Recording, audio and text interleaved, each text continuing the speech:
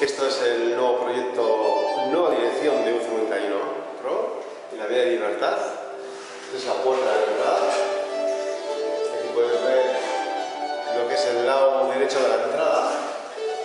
En este lado, lo que se va a poner en un principio para todo Arc'teryx de hombre,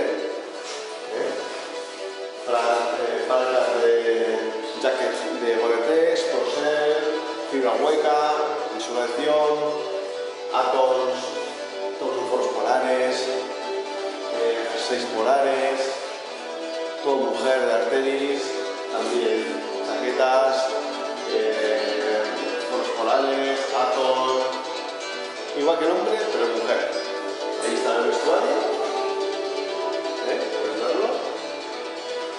Mira la cortina de color naranja, aquí todo mochilas. Bueno, es una teoría, luego habrá que cambiar. Igual. La escalera que va al segundo piso, donde haremos un showround, haremos una exposición de marcas o de una marca de etiquetas o en principio ese es el proyecto.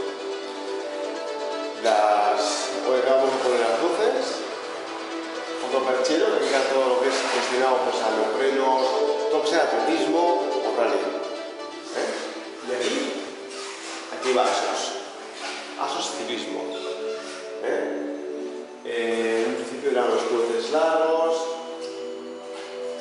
chaquetas, maillots, masculotes, todo lo que es la gama de esos, al completo. Aquí está el escaparate que da la avenida Libertad, la calle más chip de San Sebastián. Aquí está el mostrador, ahí ya todo lo que sea bionic, camisetas, y aquí será el almacén, que siempre la puerta está cerrada. Ahora vamos para arriba y aquí tendremos lo que es el showround,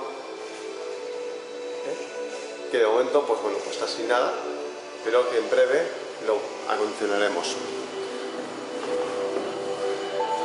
Esto es el nuevo proyecto de nueva dirección